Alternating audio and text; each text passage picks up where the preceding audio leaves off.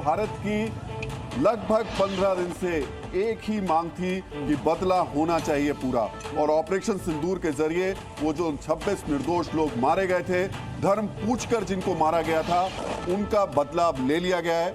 ये तय है कि इसमें बड़ी संख्या में आतंकवादी मारे गए हैं। अभी तक 75 आतंकवादियों के मारे जाने की और 55 के घायल होने की खबर है। क्या ऑपरेशन सिंदूर, ये जो नाम भी रखा गया इस ऑपरेशन का, कि जितने बहनों के सुहाग उजाड़े गए थे, जिनके सिंदूर पोछे गए थे, उन सब का एक बड़ा बदला इस वक्त पूरा हुआ है। मुजफ्फराबाद में ये देखिए खबरें आ रही है, मस्जिद बिलाल तबाह हो गया। कई मदरसे, कई मस्जिदें, ये वो जगह थी जहां पर आतंकियों का अड्डा जमता था, जहां पर आतंकियों का जमघट लगता था, जहां से आतंकी साजिशें चलती थी, जहां से आतंकी अड्डे संचालित होते थे। कहने को मदरसे थे, कहने को मस्जिदें थी, लेकिन काम वहां पर कुछ और होता था। उन सभी जगह को टारगेट करके उड़ाया गया। मुझे लगता है अमित हमारे साथ में मौजूद है। अमित, जरा ये जो हम डिटेल्स बता रहे हैं, शकरगढ़ बता रहे हैं, इसके अलावा मुजफ्फराबाद में मस्जिद बिलाल तबाह हुई है, थोड़ी डिटेल दी को लेकर के भी खबर कोई बड़ी आ सकती है। ये बहुत बड़ी खबर होगी अगर मसूद अजहर जैसा आतंकवादी मारा जाता है, तो ये आतंकवाद के लिए एक करारा झटका होगा, और ऐसे झटके लगातार मिलने चाहिए पाकिस्तान को, क्योंकि पाकिस्तान भारत के खिलाफ ऐसी साजिशें लगातार करता दिखाई दे रहा है। और इस बीच एक और बड़ी खबर आ रही है, पाकिस्तान पर रफाल से एयर स्ट्राइक हुई है। ये देखिए इस वक्त बड़ी अपडेट, रफाल से स्ट्राइक, रफाल से दागे गए हैं हैमर बम। हैमर बम का मतलब आप समझ सकते हैं, बिल्कुल चीथड़े उड़ा देना। हैमर बम, जहां भी ये बम गिरता है वहां पर, चाहे वो कितनी भी बड़ी कंक्रीट से बनी हुई इमारत हो, इसको बिल्कुल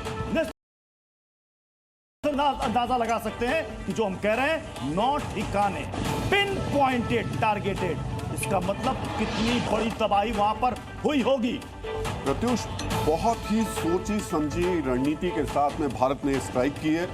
पिछली 2 स्ट्राइक से ज्यादा परिपक्व तरीके से, मैं ये नहीं कहूंगा कि वो कोई परिपक्व तरीके से नहीं थी, पर इस बार सामने से बताकर स्ट्राइक की गई।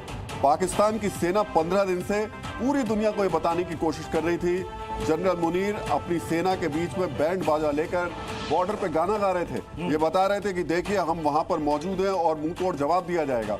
लेकिन रात में पाकिस्तान की सेना सोती रह गई, और उस बीच में भारतीय सेना ने अपनी सीमा में रहते हुए इन लोगों को मारा है। लेकिन दो कार्रवाई एक साथ हुई। एक, जब ये कार्रवाई हो रही थी उस समय प्रधानमंत्री मोदी ये पूरी की पूरी कार्रवाई मॉनिटर कर रहे थे, देख रहे थे। दूसरा, उसी के साथ पैरेलल चैनल डिप्लोमेटिक भी खोल दिए गए थे। डिप्लोमेसी के जरिए तमाम जो बड़े देश हैं, जो मित्र देश हैं, उनको इन्फॉर्म कर दिया गया था कि देखिए स्ट्राइक कर रहे हैं, आतंकवादियों के ठिकाने पे स्ट्राइक कर रहे हैं। बिल्कुल टारगेटेड स्ट्राइक है, इसमें आम सिविलियंस को बिल्कुल भी निशाना नहीं बनाया गया। और सबसे पहले अमेरिका को इसकी जानकारी दी गई थी।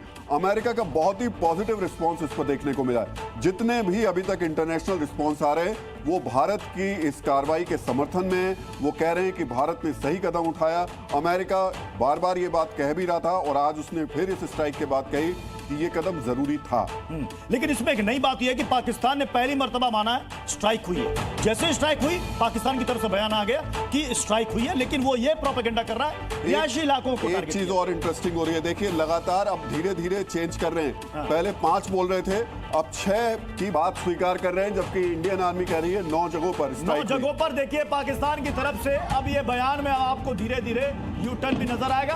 पहले 5 कहा गया कि ना ज्यादा तबाही नहीं हुई है, 4 से 5 ठिकानों पर अटैक किया गया है। अब कह रहे हैं 6 हमले में भारी तबाही की बात अब पाकिस्तान की तरफ से स्वीकारोक्ति में भी अब सामने आ रही है। अब हो सकता है कि जो आतंकियों के नाम, सबसे बड़ी दिलचस्पी लोगों की यह है कि वो सुनना चाहते हैं हाफिज सईद, मसूद अजहर, ये मारा गया। ये 2 नाम हैं जिससे पूरी दुनिया इस दहशतगर्दों की वजह से परेशान है, और मुझे लगता है कि ये नाम का इंतजार अमेरिका को भी है। बिल्कुल है, बिल्कुल निश्चित तौर पर, क्योंकि हाफिज पूरी दुनिया के लिए सिरदर्द बना हुआ है।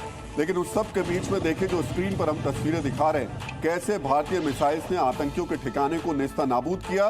सबसे बड़ी बात ये प्रत्युष की, रात के 1:30 बजे जब ये भारत में खबर, ठिकानों को चकनाचूर किया गया, खत्म किया गया, क्योंकि